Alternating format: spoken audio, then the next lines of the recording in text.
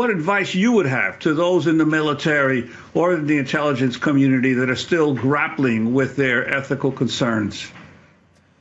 So for the first months after I initiated my resignation process, which did not actually conclude until last week, I was really kind of afraid. I didn't feel comfortable talking about this with anybody because nobody else was discussing it, and it felt like it was way outside of our norms and outside of what would be culturally acceptable where I worked.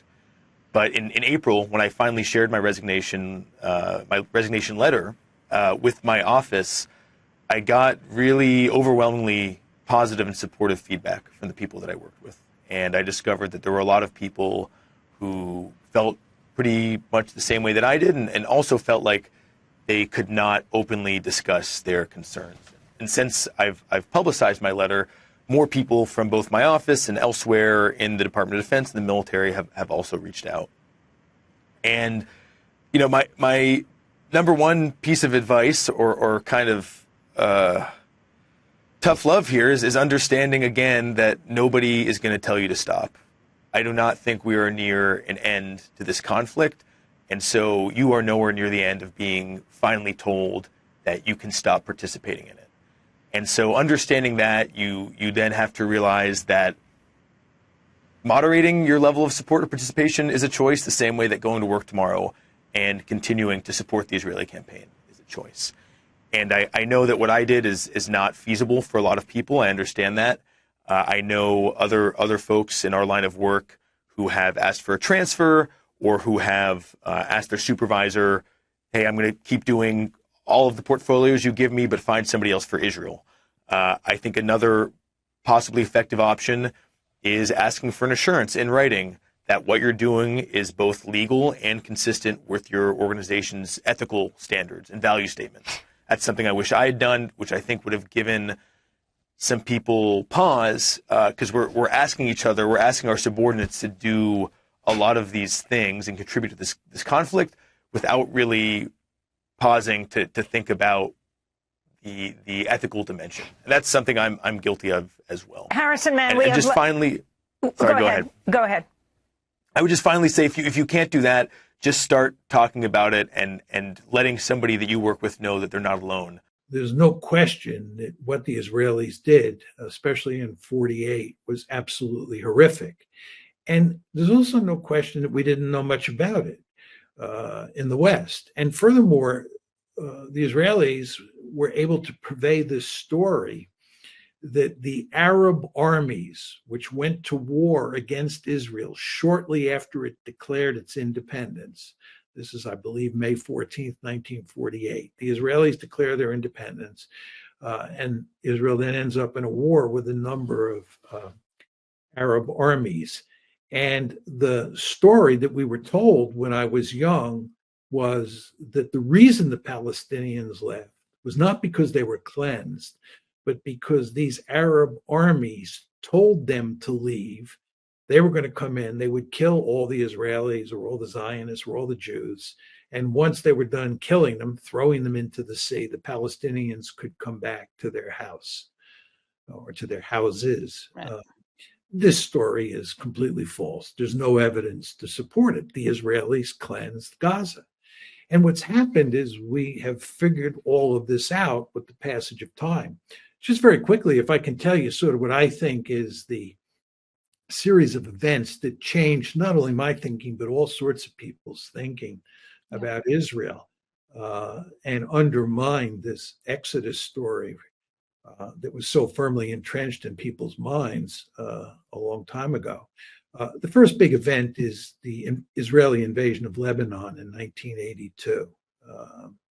That was heavily covered in the media. And here you see the importance of the media. This gets back to the very important point you were making, especially about social media today. But the media began to cover things in a big way in 1982 in ways that it didn't in 1948.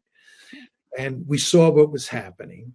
And it was a terrible picture. And of course, the massacres in Sabra and Shatila did enormous damage to Israel's reputation. Then in the late 1980s, the new historians came along. You mentioned Benny Morris's name, but Ilan Pappé, was another prominent figure. Avi Schleim was another prominent figure. And there were a number of other people as well. And they got access to the Israeli archives. And they told the story about what really happened in 1948. They told you how Israel was created.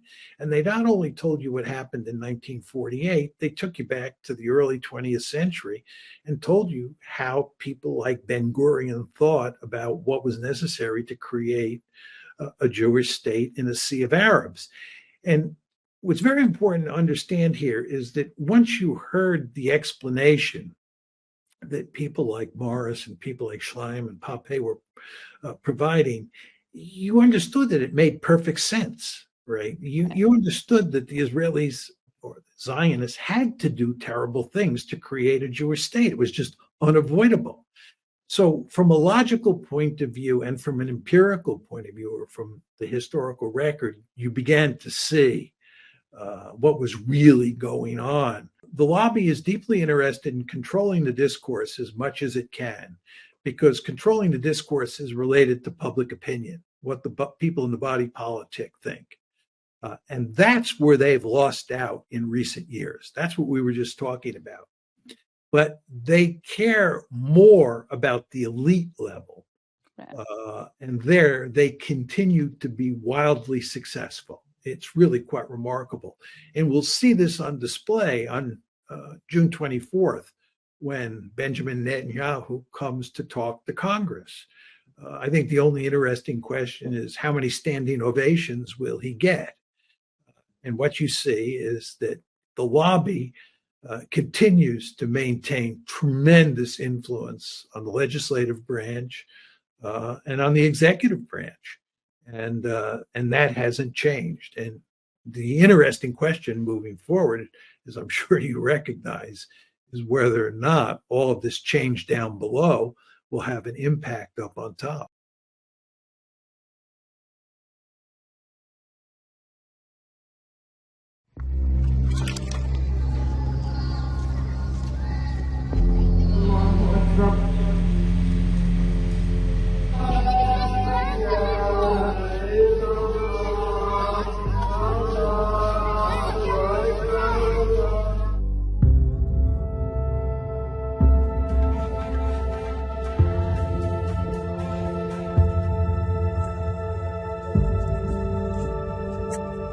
كما تعلم العيد بالنسبة للمسلمين ولأن أضاحي إرهاق للدماء، ولكن في غزة لا يوجد أي من هذه المظاهر، لا يوجد أضاحي، لا يوجد أي شيء.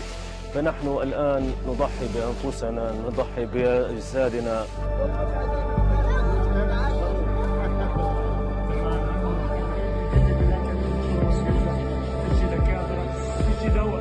ما في عيد بدون أضحية، ما في فرحة وفي شهداء، ما في فرحة وفي بيوت مدمرة، ما في فرحة وفي ناس مفقودة لسه تحت الردم، ما في فرحة وفي أسرى بالحبس، ما في فرحة.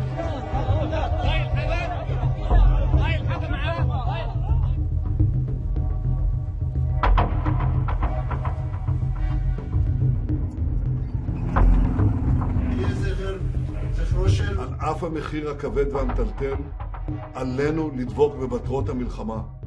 השמדת היכולות הצבאיות והשלטוניות של חמאס, השבת כל חטופינו, וידוא שעזה לא תהווה עוד איום על ישראל, והשבת תושבינו.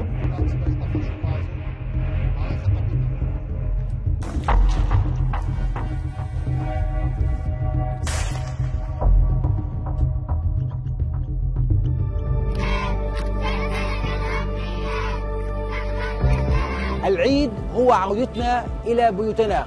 العيد هو إنهاء الحرب ووقف إطلاق النار حتى يعود كل شخص من قطاع غزة إلى بيته إلى دياره. هذا يسمى عيد. بنعاني من يعني مجازر يوميا في قطاع غزة، إذا في الشمال أو في الجنوب للأسف الشديد. يعني الواحد بيطلع من بيته خايف، بينام خايف، بيصحى خايف. أي عيد. العيد ليس عيد، هذا ليس عيد.